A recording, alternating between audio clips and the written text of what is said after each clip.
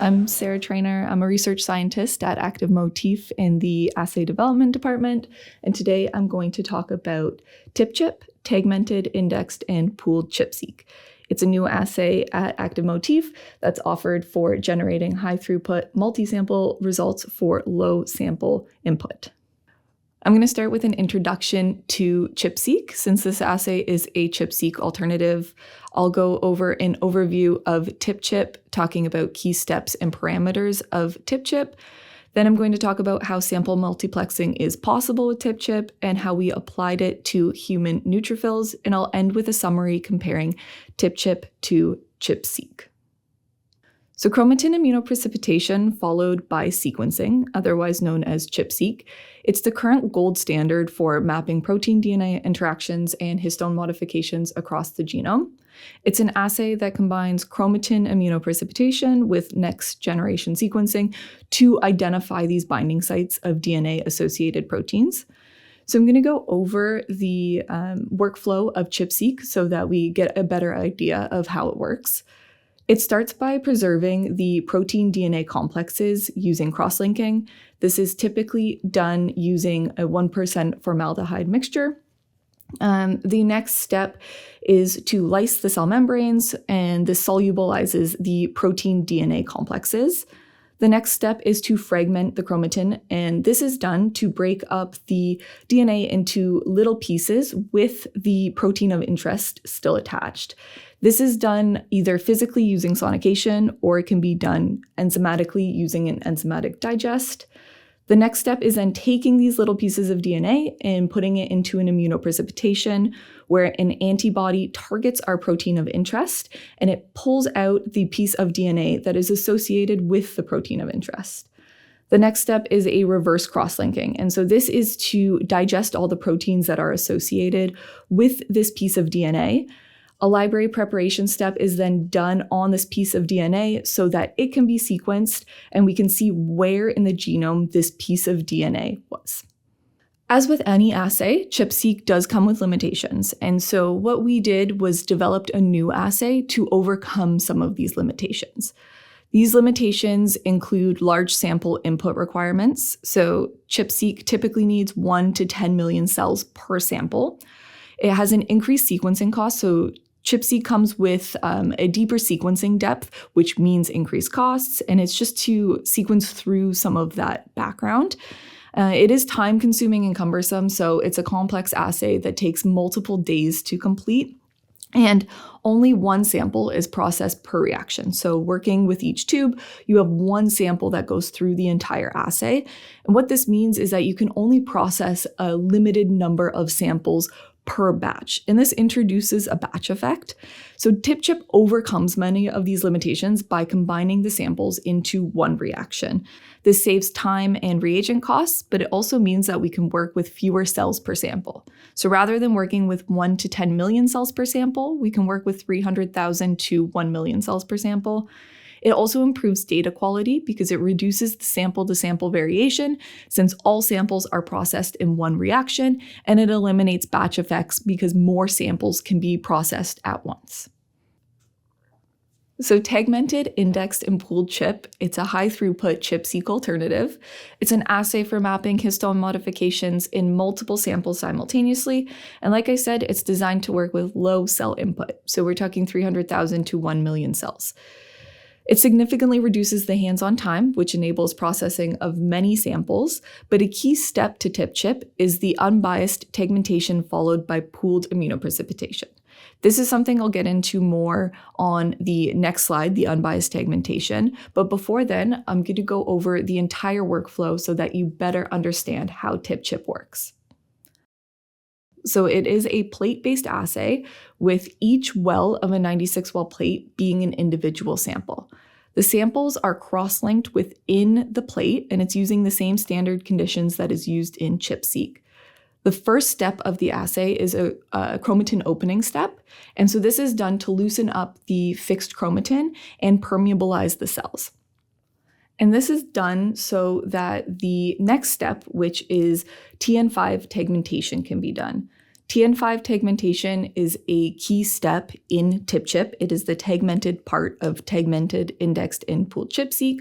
Like I said, I'll get into more information about that on the next slide.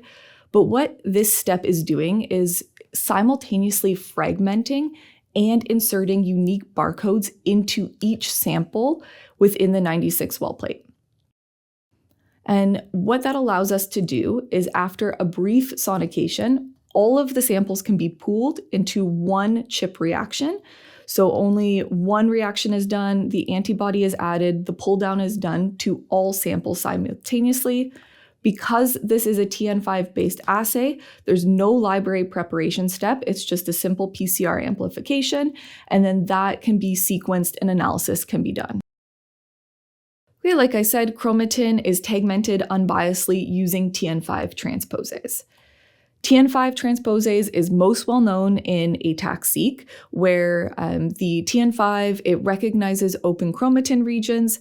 At those regions, it performs tagmentation, where the chromatin is simultaneously fragmented and sequencing adapters are inserted. So what happens in PIXUL is you end up with an enrichment profile that looks like this. So what you can see is where those sequencing adapters were inserted in those open regions, you get enrichment peaks. So you can see along the genome where your open regions of chromatin were. In TIP-ChIP, we have this chromatin opening step, which allows unbiased tagmentation. So the tagmentation is happening all across the genome, and what we see is here, this is the same region of the chromatin. You don't get those enrichment profiles. Instead, you get tagmentation all across the genome, and this creates the input for TIP-ChIP. So like I said, sonication is used in TIP-ChIP, but it's not used in the same way it's used in ChIP-Seq. So in ChIP-Seq, it's used to actually fragment the chromatin, whereas in TIP-ChIP, it's actually just used to release the tagmented fragments from the nucleus. So the fragments that are tagmented, they're not only bound by TN5, but they also remain inside the nucleus of the fixed cells. And so what we do is a very gentle sonication, and what we see is that it improves the TIP-ChIP data quality. So it enhances signal clarity as well as increases the number of detecting binding sites.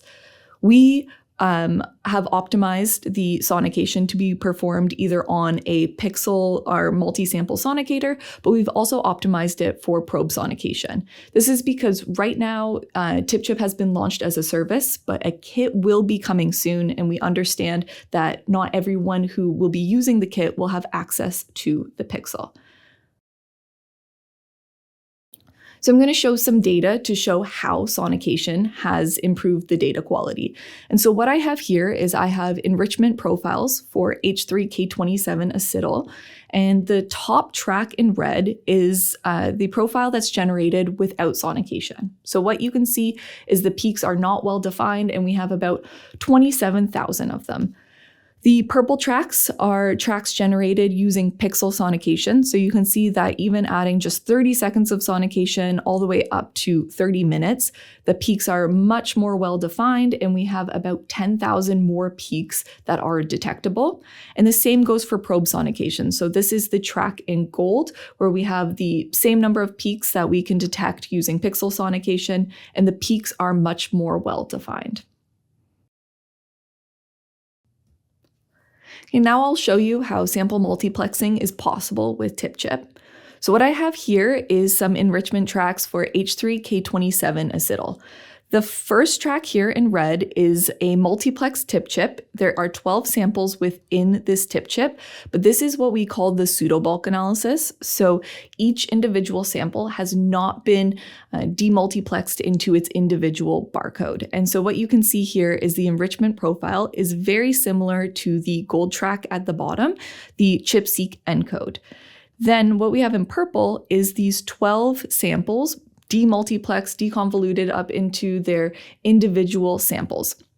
And this is done through the barcodes that are inserted by the TN5. And what you can see again is that each sample has an enrichment pattern that looks very similar to the ChIP-Seq encode, and they all look very similar to each other.